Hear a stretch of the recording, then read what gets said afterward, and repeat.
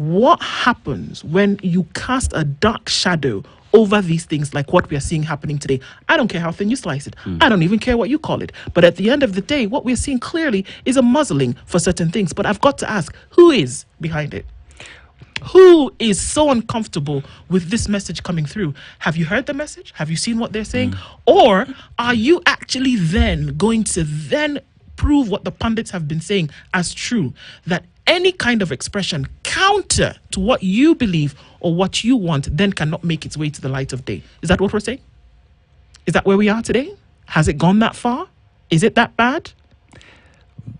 You know, the thing about the media, and the thing that is often criticized by those whom the media has presented it in an unflattering light, is that some say we exaggerate things, some say we dramatize things too much, and some outrightly say we simply do not speak the truth.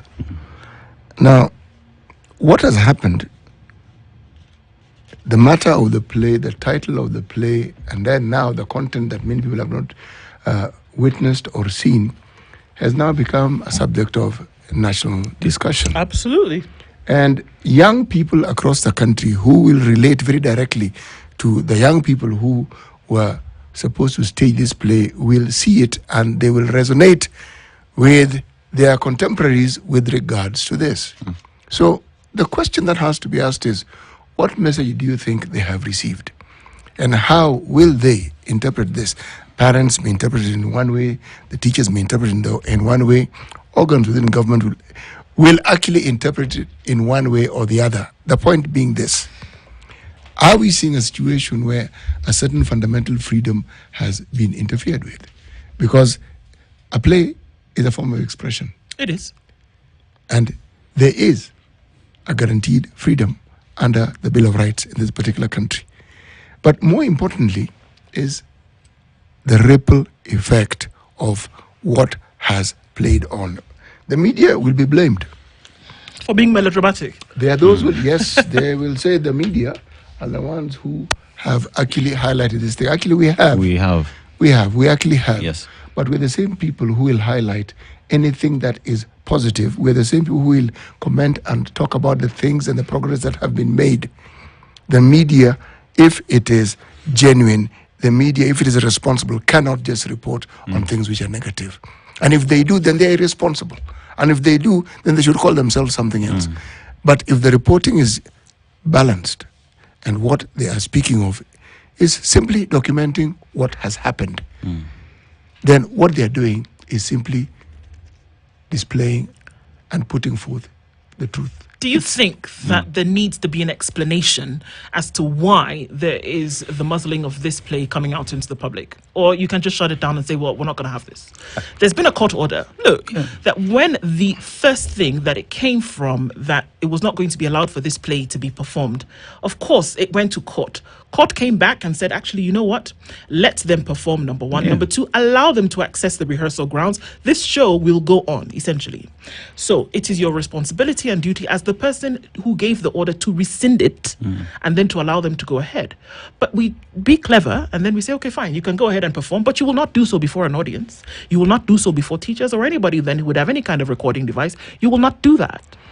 So do you actually follow the order? Are we actually being melodramatic? Are we saying that we're playing politics in the public eye?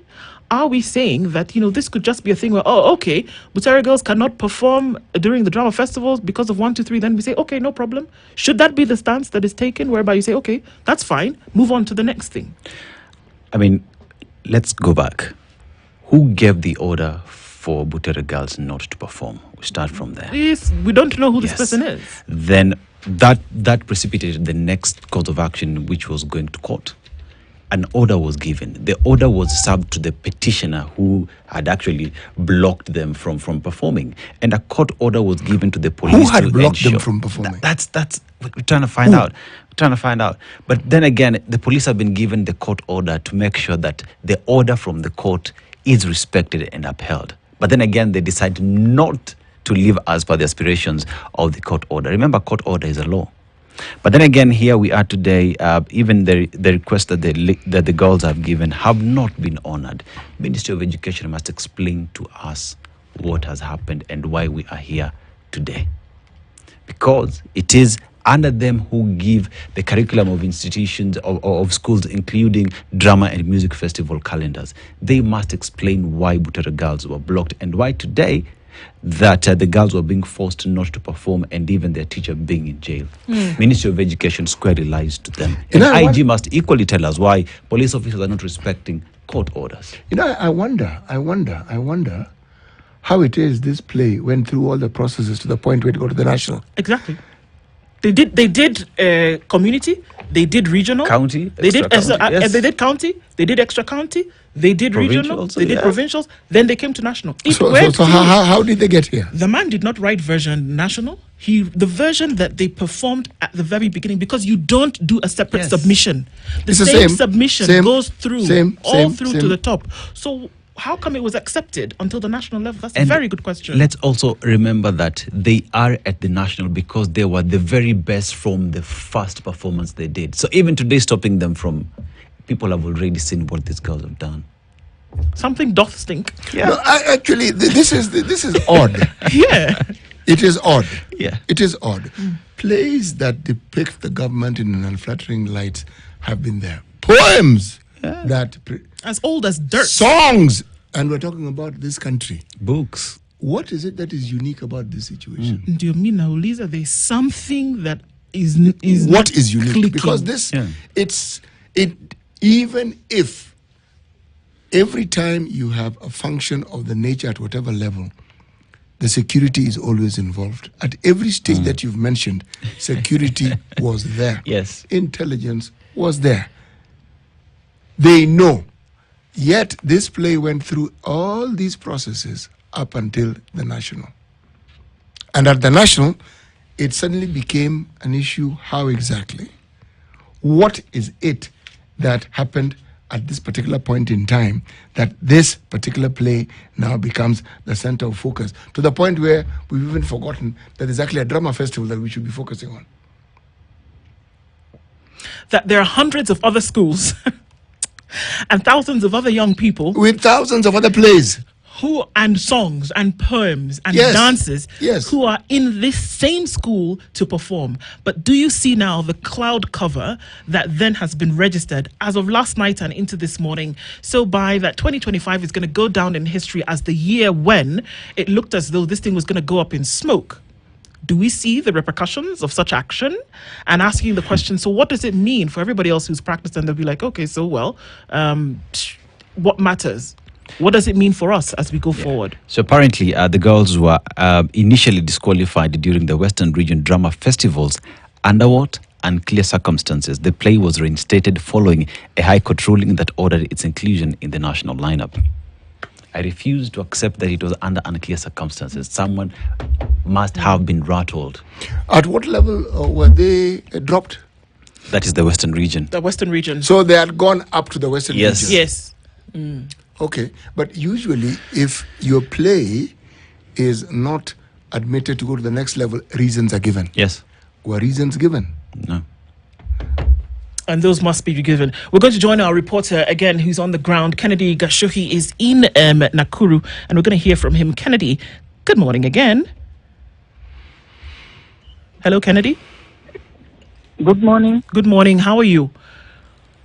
I'm doing well. We are still here following up on the issue of the National Drama Festival. Okay, let's get a situation report from you. Yes, at the moment, the students from this Butere Girls secondary school have already parted ways. So they have split into two groups because of tear gas that was lobbed at them, and they head to scamper for safety. But some of them have already gone back to Kirobon Girls High School, where they are camping at the moment, but they never performed their play as expected. What we have been told is that they just performed the national anthem, and then they staged a walkout, insisting that they cannot perform without their props and other items that are necessary for the play. And also they were allowed to leave the the school premises. But along the way, as we were talking to the students and some of the teachers who were present, the police came and lobbed tear gas at all of us, and we had to split our ways with them. At the moment, we are heading back to the school to see whether the other plays will be happening. But we also have the issue of former Senator Cleophas Malala, who is still in custody, in police custody in Elda Maravin, and the lawyer is expected to update us on what next for them in a few minutes. For Malala, it is not yet clear what they will be charging him for. But what they are insisting is that the play will be presented at the school. However, we don't know whether it will be performed at a later date or maybe later today. And we also don't know what will happen to Malala, whether he will be presented in court today or maybe he will just be released. Okay, I need to ask you a question because before that, you did mention, Kennedy, that the tear gas was lobbed. Why? Was this because you came together in a crowd? Journalists were speaking with students. Why was there lobbing of tear gas? And is everybody okay? Because yesterday, some journalists were attacked. Other things like this happened. So tell us, what was the reason for that? And is everybody all right? Well, the students got to a point where they alighted the bus, and then we started filming the scene where they had stopped. And in the process of filming, we just had more police officers arriving there. They never gave any instructions on whether we should leave or not. We only had loud bangs behind ourselves of tear gas canisters exploding right where the children were. And the children, they just had to scamper for safety. Only half of the 32 children managed to get back inside the bus, and the other ones scampered into the crowd that was building around that area. And are journalists okay? We know that there were some who may have been, caught up in all of this melee. Is everybody all right? Yeah, everyone is all right. We have not heard of any injuries among our colleagues or even among the students. All right, Kennedy, thank you so much for that update. We're going to, patch back in with you at some point to find out how things are progressing, and, keep safe, and let's keep talking. Thank you. Asante Sana, that's Kennedy Gashohu, who is our reporter in Nakuru, and just looking at a number of issues around what's going on with this. So we don't know if they're going to get an opportunity to perform, but for all intents and purposes, we would assume that they seem to be a little downtrodden and may not do that. It's 27 minutes to 10 o'clock. We're going to take a break at this point and come back and continue. Dear Mr. President, things don't look so good right about now. Let's talk when we come back.